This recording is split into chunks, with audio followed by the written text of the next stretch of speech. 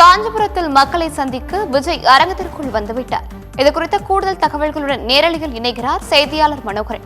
வணக்கம் மனோகரன், விவரங்களை பதிவு செய்யலாம். வணக்கம் சர்மிளா. அதாவது காஞ்சிபுரம் மாவட்டம் ஸ்ரீபெரும்புதூர் அடுத்த உள்ள குன்னம் பகுதியில் அமைந்துள்ள தனியார் கல்லூரியில் இன்று தமிழக வெற்றி கழகத்தின் தலைவரும் நடிகருமான பொதுமக்களை சந்திக்கிறார்.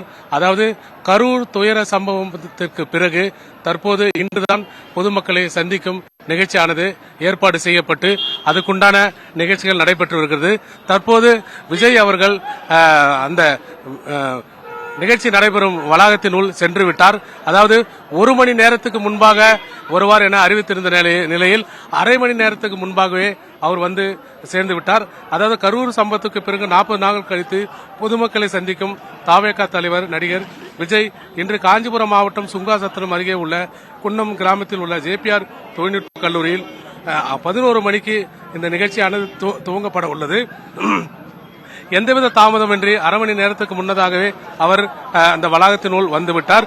இதில் காஞ்சிபுரம் மாவட்டத்தை சேர்ந்த தனியார் தொண்டு நிறுவனம், என்ஜிஓ உறுப்பினர்கள், தவேகா கட்சியின் காஞ்சிபுரம் மாவட்ட மாநகர நகர பேரூராட்சி ஒன்றிய செயலாளர்கள் என 500 நபர்கள் காஞ்சிபுரம் மாவட்டத்தை சேர்ந்த 1500க்கும் மேற்பட்ட பெண்கள் மட்டுமே QR கோடுன்னு அனுமதி அட்டை வழங்கப்பட்டுள்ளது. அதாவது 10 மணி அளவில் கட்சி நிர்வாகிகள் மற்றும் பொதுமக்கள் கல்லூரிக்கு சென்றடைய வேண்டும். அந்த வகையில் அனைவரும் சென்று விட்டனர்.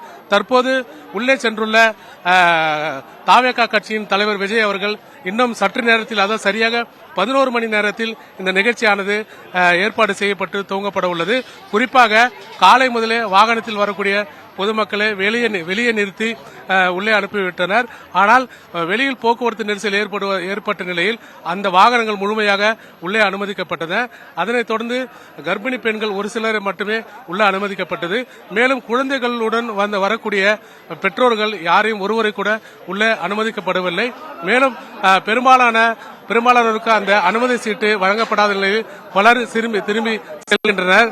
மேலும் இப்பகுதியில்